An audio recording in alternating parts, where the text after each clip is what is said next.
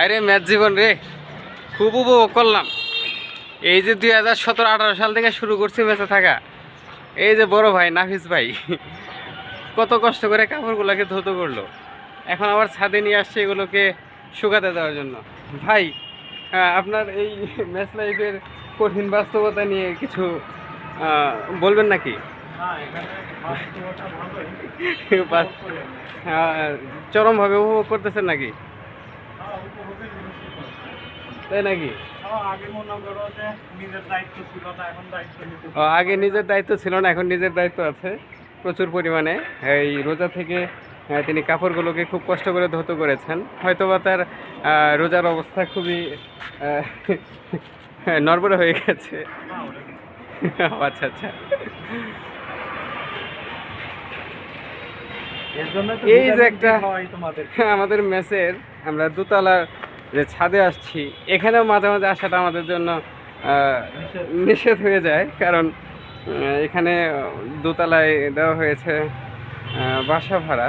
আমরা তো মূলত ম্যাচের অংশ বিশেষে থাকি, তো এখানে যারা থাকে তাদেরকে না আসলে ওইভাবে ছাদে আমাদের আসাটাও ঠিক না। মাঝে মাঝে বিব্রতকর অবস্থায় পড়তে হয়। এই দিক বিবেচনা করে ম্যাচের মালিক আমাদেরকে মাঝে মাঝে নিষেধ করে দেন যে তোমরা যাতে করে ছাদে না যাও। বিষয়টা সত্যি মানে আশ্চর্য লাগে, আবার খারাপও লাগে যে আমরা এখানে ম্যাচে থাকতেছি, আমরা কেন আমাদের ছাদটাকে ব্যবহার করতে পারবো না? বিশেষ করে কাপড় শুকানোর জন্য হলেও তো আমরা আসতে পারি, তারপরেও এখানে নিষেধাজ্ঞা থাকে। ওরে ভাই, এই জন্যই তো না করে, অপ্রস্তুত পরিবেশের মধ্যে নাকি আমার এই বড় ভাই পড়েছিল ছাদে এসেই। এই জন্যই আমাদেরও উচিত এটাকে প্রহার করা মাঝে মাঝে। আগে যে মুরব্বীরা গলা কাছাকাছি করতো না, আসলে খুব ভালো একটা জিনিস। হ্যাঁ, এটা ঠিক করে না। এখন ওটা করলে অনেক অপ্রস্তুত অবস্থা থেকে কিন্তু তুমি নিস্তার পাবা। ঠিক আছে। তুমি কাছে দিয়ে উঠলা বা একটু জোরে জোরে কথা বললে উঠলা হুদাই, হ্যাঁ, মনে করো যে অপ্রস্তুত অবস্থায় থাকলো সে একটু সংযত হয়ে গেল, এই জিনিসটা ভালো না? তা তো অবশ্যই। এজন্যই আমরা যে কোনো স্থানে প্রবেশ করার আগেই অবশ্যই আওয়াজ করে ঢুকবো বা সেখানে প্রবেশ করব, আর না হলে হয়তো বিভিন্ন ধরনের বিব্রতকর অবস্থা আমাদের সামনে পড়ে যেতে পারে। বিশেষ করে এটা হচ্ছে রমজান মাস। হ্যাঁ হ্যাঁ হ্যাঁ, তা তো অবশ্যই, কখনোই ঠিক না।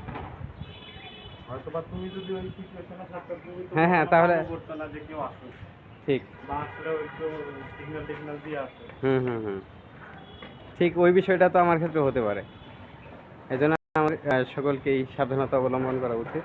তো যাই হোক, ছাদে প্রচুর রোদ, ভীষণ রোদ, উত্তপ্ত পরিবেশ। হ্যাঁ, পর্দা পুরুষের জন্য রয়েছে, শুধু যে নারীরাই পর্দা করবে এমনটা নয়। কি কাপড় শেষ হলো না সবগুলো শুকাতে দেওয়া?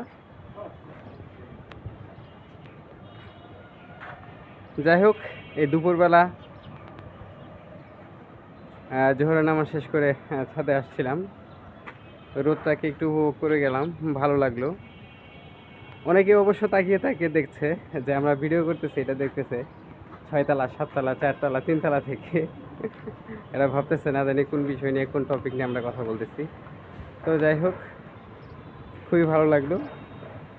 সকলের জন্য শুভকামনা। রমজান মাসে সিয়াম সাধনার মাস, মহান আল্লাহ তাআলার বেশি বেশি ইবাদত বন্দেগী করার চেষ্টা করব আমরা।